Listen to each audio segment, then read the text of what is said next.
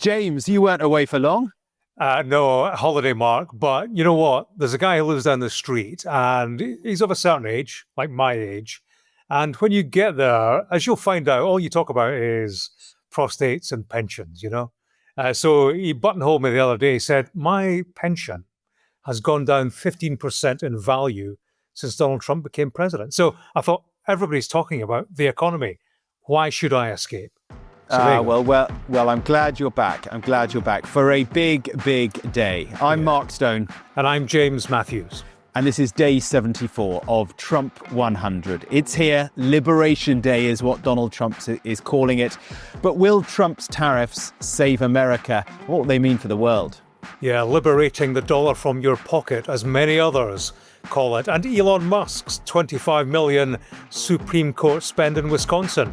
That boy can't buy a result. So after all that speculation and uncertainty, I've spent the day down here at the White House as Trump outlined his latest tariff plans. In a few moments, I will sign a historic executive order instituting reciprocal tariffs on countries throughout the world. Reciprocal, that means they do it to us and we do it to them. Very simple, can't get any simpler than that. This is one of the most important days, in my opinion, in American history. It's our declaration of economic independence. The framing that Trump chose for this moment, I think, was everything. Picture the scene, the Rose Garden decked out with American flags, the audience, his cabinet, his vice president, and then a select group of the folk he says he will make prosperous once again.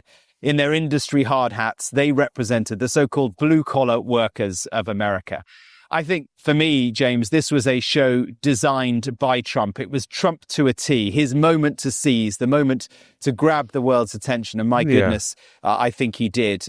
It was weeks of suspense, the jeopardy of it all, his ability to capture global attention, to keep everyone guessing. And he really did that. There were no leaks at all. And then with the swipe of a pen, as we've seen so many times before, he jolted economies far and wide. Yeah, it was quite the theatre, wasn't it, Mark, in the Rose Garden? The start time cannot have been coincidence, first of all. 4 p.m. after the stock market had closed. And that audience arrival, you spoke about the hard hats. It was like the hooter going on a construction site at 7:30 in the morning, wasn't it? Workers in helmets and high-vis. They were the high visuals, I suppose, of what was a political presentation first and foremost. He said the US has been looted, pillaged, raped, and plundered by nations near and far. This was economics wrapped up in the political message. America the victim is how he sees it and how he has long sold it, ignoring the concerns, I suppose, around the substance. The talk of inflation, the markets tumbling, talk of recession. Effectively, don't worry about all that, he said. It will be fine. Trust Trump is what his team have been saying for so long. And as part of this event, the framing of it all, he declared, and I'm quoting here, a national emergency due to national security and economic security concerns arising from the trade deficit. If you look at that, China, first row, China, European Union, they're very tough. Vietnam, Taiwan, Japan, India, very, very tough. Indonesia, Malaysia, Cambodia. Oh, look at Cambodia, 97%. United Kingdom, 10%, and we'll go 10%. South Africa, 60%. Brazil, Bangladesh, Pakistan, 58%. Two types of tariffs. First of all, the universal baseline tariff, 10% on every country, except Russia. We can't work that one out yet. We're trying to work out why Russia wasn't on the list. Very odd. But 10% on pretty much every country around the world. And then specific reciprocal tariffs, tariff rates from countries that are what he says are the worst offenders, 60 or so nations. These are much steeper tariffs based on what the White House has calculated as trade deficits with the United States. So they've calculated a trade deficit for each of those worst offenders. And then because Donald Trump says he's a kind man, he has halved that deficit that they've calculated. And that is the secondary harder tariffs. I wonder if he's also done it because he realized that the impact on America, if he was to match the calculations that they've come up with, would be so huge. Yeah, that 10% baseline tariff, more for countries, as you say, that he regards as bad actors, not as big as it could have been, was it? And not as big as had been discussed. Much talk about 20% universal for everybody. But there's no doubt this is a historic restructuring of global trading. And you'd have to say a gamble of historic proportions as well, politically and economically. Yeah, I guess the question is, what happens now? I mean, is that it? Are these tariffs set? Are they? Can they be removed? Can countries try and carve out individual deals? I think that's exactly what many countries will now try to do. And of course, the UK likes to think of itself as in a very good place. And the fact that the UK isn't on the naughty step is not one of those so-called worst offenders. That's good news. So from a British perspective, on what is unquestionably a really difficult day for Britain, for British industry, for British exports, from that place of being in not a good place, 10% is not bad, relatively speaking. They're not one of the worst offenders. If you combine that fact with the fact that they think that they are pretty much ahead of everyone else. That's what one official told me. We're miles ahead of anyone else in terms of negotiation with America.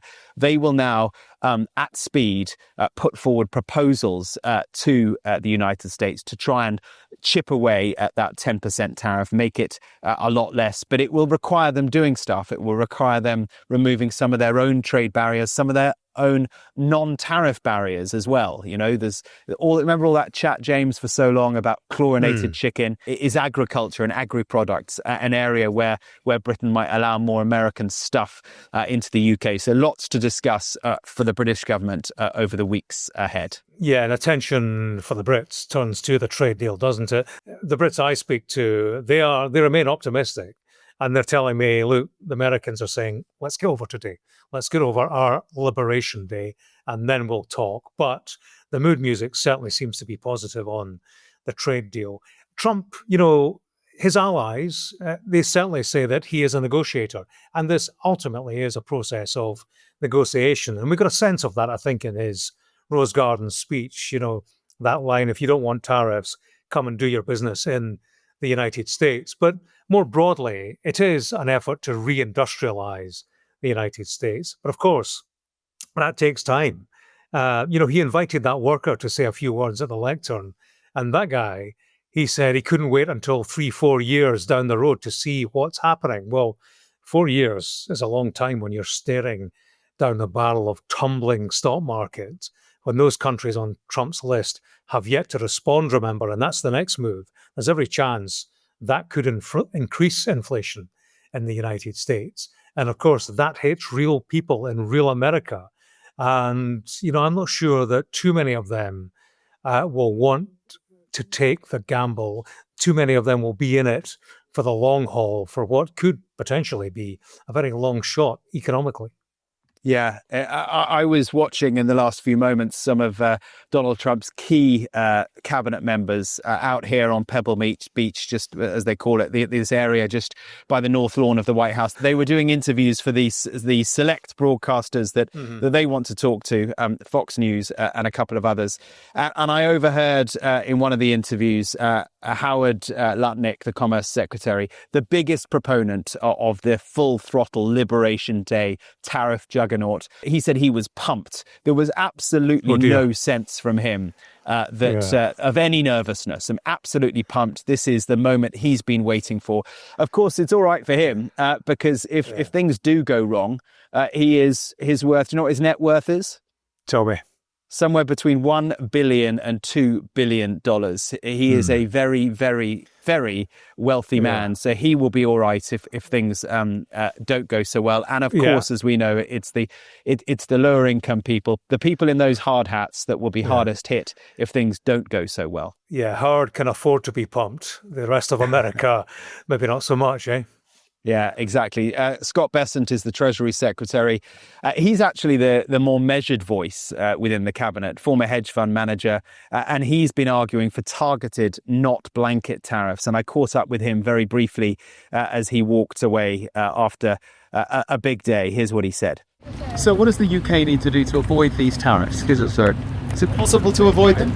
Well, I think a lot of UK companies can start building factories here. That's it, is it? That's the answer. They can't avoid them. What about if they remove some of their own tariffs? I don't really see the prospect of Britain building factories here. And of course, if it does, then that's clearly not going to help the British economy. So it's a bit of a game of whack-a-mole. Okay, Mark. From one upheaval to another, but this time for Elon Musk. He threw $25 million at the race for a seat on the Supreme Court in Wisconsin. Yeah, this is one race of many to come, perhaps, political races where Elon Musk is ploughing so much of his own money into them that he could price other political candidates out of the market. But he didn't manage it on this case. Judge Susan Crawford handily beat Judge Brad Schimmel, who ran on his loyalty to President Trump and was aided by the president's billionaire buddy, Elon Musk. Schimmel lost by 10 percentage points to Crawford, whose victory sustained a 4-3 Liberal majority on the court. Remember, Wisconsin is a key battleground state when it comes to elections. Trump won it with a 49.6% of the vote last year, less than a percentage point more than Kamala Harris. Yeah, this matters, Mark, for a number of reasons, doesn't it? It reflects the way the political wind is blowing, but also the state Supreme Court has a big say on the politics of a place.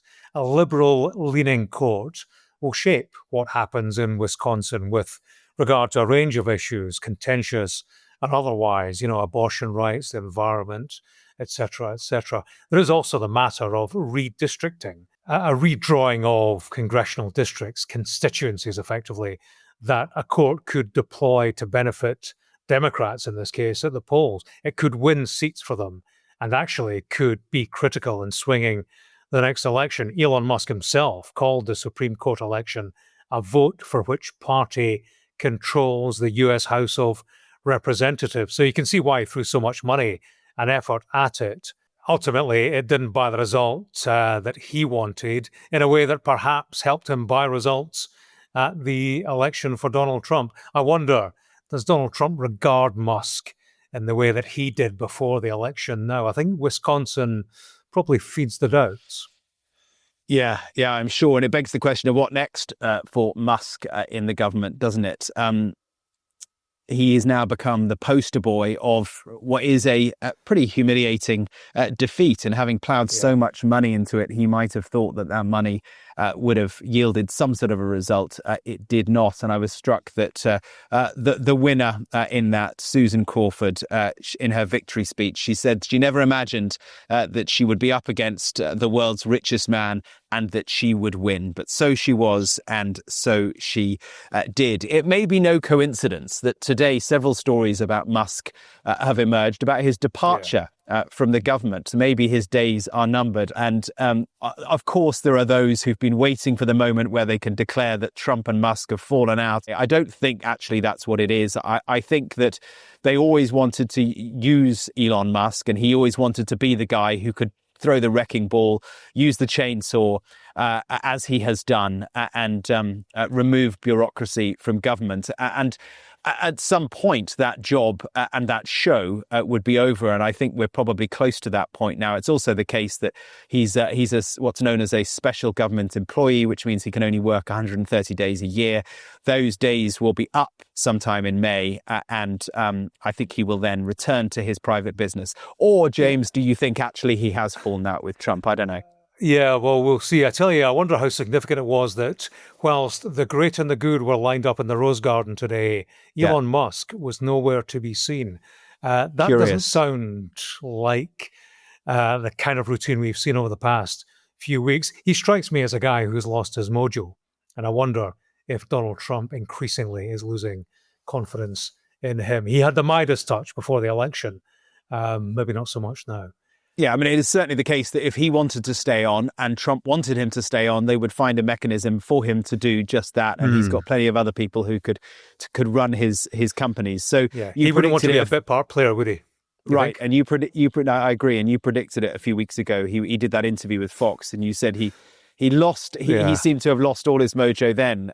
So who knows? But he appears to be on the way out. Yeah, I should have bet him $1 million. But well, if you'd been a voter in Wisconsin, he might have given you $1 million.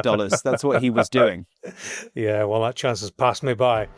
And that's day 74 of Trump 100.